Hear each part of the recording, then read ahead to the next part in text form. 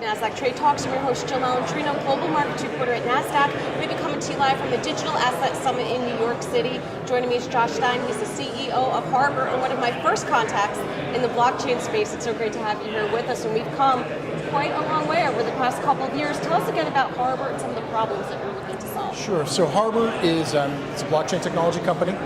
It provides a software platform that allows you to fundraise far more efficiently and manage your investors over time. So from the point of view of a sponsor raising capital, a broker dealer selling investments, or an investor, they all have a modern web platform that makes the fundraising process and the management of those investments very efficient.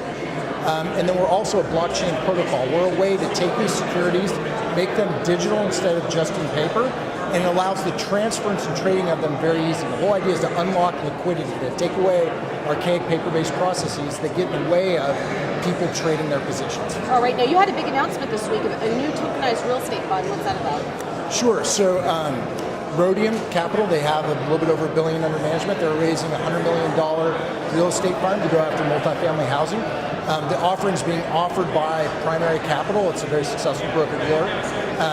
And we're really excited because they're using the new Harbor 2.0 platform, where we provide all these tools to broker dealers like Primary Capital to enable them to raise more capital more quickly for more investors. And that's using the blockchain technology.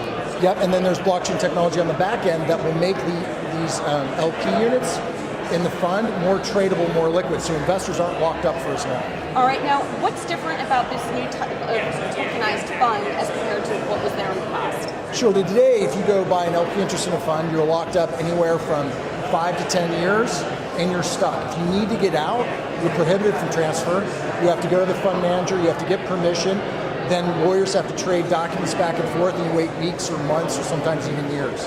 What happens here is all of the restrictions that the securities laws impose and that sponsor may want to impose are enforced by software. So buyer and seller can interact directly. You can sell that LP unit to any other eligible buyer. You can do it in these digital marketplaces. You can do it quickly and efficiently.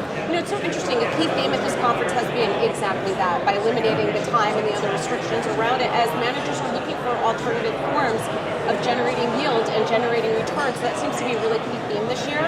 What other asset classes can benefit, though, from the blockchain? Sure, I think private securities. The public markets work very well, they've got very deep liquidity, but private markets today are almost completely illiquid. We think by using technology, by doing the transition from snail mail to email, from paper securities to digital securities, you get rid of the frictions of trade, you unlock the latent desire for liquidity. It will never be as liquid as the public markets, but it will be far more liquid than today, and so the asset classes are really any private security. Shares in private companies, LP interests in private funds, shares in private REITs, what they call non-traded REITs.